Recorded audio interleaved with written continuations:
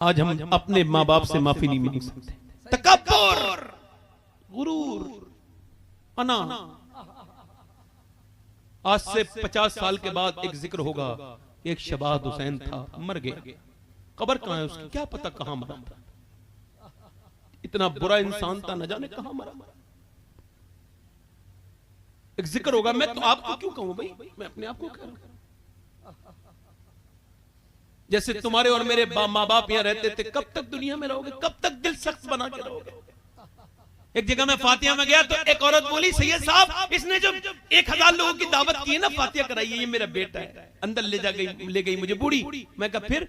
कह लगी इसे समझाओ माँ का क्या मर्तबा होता है। मैंने क्या हुआ? कह लगी इससे कह दो 1 हफ्ते में 100 रुपए तो दे दिया करे मुझे। फिर हम मुझसे बोली कि जब से इसका बाप मरा है ना, इसने मेरा पान छुड़वा दिया। कहता है मैं तेरे पान का खर्चा नहीं उठा सकता। और सैयद साहब और बताऊं, मैंने कहा फिर उसकी आंखों में मोटे मोटे आंसू जब गिरे तो मेरा दिल दहल गया। मालूम क्या बोली? बोली ये जो है ना मेरा बेटा, ये चीजें लाता है, मीठा लाता है, फल लाता है, और चुप के अपने बच्चों को दे के जाता है, और अपनी बीवी को और मुझसे छुपा छुपा के ले जाता है। मेरा दिल बहुत दुखता है सैयद साहब, इससे कह दो यार माँ बाप इतने दुश्मन है कि अब उनसे छुपा के खाने लेके जा रहे हैं। हाय हाय बेगैरती, बेशर्मी, बेहयाई। अरे तू मरा क्यों नहीं जालिम और बदबख्त पे लानत हो अल्लाह रसूल की। तूने इन माँ बाप से छुपाया, इनके तो कदमों को धो के पीता तो इनका हक नहीं अदा होता। आज यार माओ को देखो तो जरा गौर तो करो, माओ से छुपा के। अम्मा आयशा फरमाती मेरे दरवाजे पे दस्तक हुई, मैंने खोला, एक औरत खड़ी थी, कहने लगी मैं भूखी हूँ उम्मुल मोमिनीन, मुझे कुछ दे दो, मेरे दोनों बच्चे भी भूखे हैं। कहती मेरे घर 3 खजूर थी, तीनों दे दी। उसने एक खजूर अपने बेटे को दी, दूसरे बेटे को दी, और उसके बाद तीसरी खजूर मुंह में रखी। अभी बच्चे उसके खा के फारिग हो गए, माँ को देखने लगे। माँ ने देखा मेरे बच्चे भूखे तो खजूर मुंह से निकाली, और निकालने के बाद आधा टुकड़ा एक के मुंह में दे दिया, आधा टुकड़ा एक के मुंह में दे दिया। कहती मैं रोने लगी। मैं जब बहुत रोई तो हुजूर आए, कहा आयशा क्यों रो रही हो, क्या हो गया? कह लगी हुजूर या रसूल अल्लाह, मैंने आज एक माँ की ममता को देखा है। क्या देखा?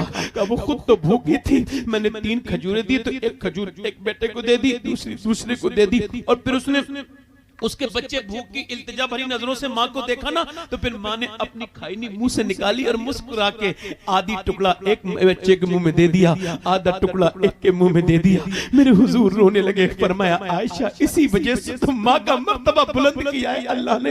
अरे हुजूर सरकार वो मुस्कुराती भी चली गई। यार माँ एक बार चली जाए दूसरी बार नहीं मिलती। मैंने दुनिया की सारी शख्सियत देखी, दोस्त भी देखे, अहबाब भी देखे, जो तेरी दौलत से मोहब्बत करते हैं, तेरी गाड़ियों से, मगर माँ तुझसे मोहब्बत करती है। बेवकूफ, तुझे ये समझ में नहीं आई भोले इंसान कि तेरी माँ को तुझसे कितना प्यार है। यार पहले मैं अख्तर रजा ज़ियाई साहब, ये हुजूर की महफिल है और ये जलवागरी हज़रत उमर का जिक्र हो रहा है। मैं ये बात बयान कर रहा हूँ, ये नदीम फैजी साहब बैठे हैं कि पहले मैं अपने घर जाता था रात के वक्त में, तो रात में मेरी अम्मी दरवाजा खोल देती थी। मेरी गाड़ी की आवाज सुन के मुझे दरवाजे पे दस्तक देने की जरूरत नहीं पड़ी। अब दस्तक भी देनी पड़ जाती है, मगर अब जो है ना 1.5 साल पहले उन्हें फालिज हो गया था, अब उनसे उठा नहीं जाता, बैठा भी नहीं जाता।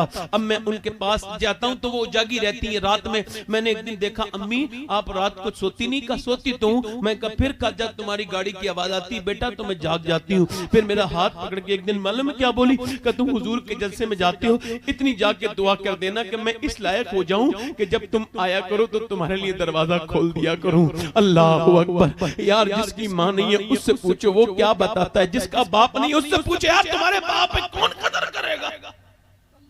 जब तक पेड़ होता है कोई नहीं गौर करता, जब गिर जाए तो छांव याद आती है। एक आदमी में कहने लगा सही साहब मेरे बाप ने मुझे बेदखल कर दिया, दौलत से बेदखल। मैं कहा तुमने सताया हो? कहा नहीं सताया तो नहीं। मैं कहा सताया नहीं। कहा लगा फिर मैं बोले दुआ कर दो। मैंने कहा दुआ बाद में करूंगा, ईद आ रही है, ईद मिले कभी अपने अब्बा से? कहा नहीं। मैंने इस बार मिल लेना। कहा लगा नहीं मिलेंगे। मैंने कहा मिल लेना, तुम्हें मिलना है। कहा लगा ठीक है आप कहते हैं तो मिल लूंगा। वो गया, मैंने कहा दुरूद भी पढ़ना। वो गया, ईद के बाद आया, कहने लगा अब्बा राजी हो गए, आपका शुक्रिया। मैंने कहा मेरा शुक्रिया बाद में, पहले बात बताओ। कहने लगे मैं ईद वाले दिन अब्बा से बोला अब्बा ईद मिलूंगा। कहने लगे चल मैं नहीं मिलता। मैंने कहा नहीं मिलूंगा। नाराज थे ना? मैं कहा नहीं मिलूंगा, मैंने मेरा बूढ़ा बाप था, नहीं मैं नहीं मिलता। मैंने जबरदस्ती ना उन्हें बाहों में लिया तो धक्का मारने लगे, फिर मैंने जोर से दबाया, दबाने के बाद थोड़ी देर तो वो नाटक करने लगे मुझे हटाने का, और फिर खुद ही मुझे सीने से चिपटाया और कहते जब मैंने दुरूद पढ़ना शुरू किया ना, और मेरे सीने की गर्मी जब मेरे बूढ़े बाप के सीने तक पहुंची, तो कहते हैं वो इतना फूट फूट के रोया, ऐसा मैंने अपने बाप को कभी रोते नहीं देखा था। दाढ़ी भीग गई। मैंने कहा अब्बा क्यों रो रहे हो? कह लगे तूने मुझे इतनी इज्जत नहीं दी थी कभी जितनी आज तूने दी है। मेरे बेटे ये बता, तू मेरी कमाई ये समझता है दौलत? मेरी दौलत तू है मेरे बेटे। मैंने अपनी जवानी को कुर्बान करके तुझे पाला है। मैं सोया नहीं कि तुझे नींद अच्छे से आने लगे।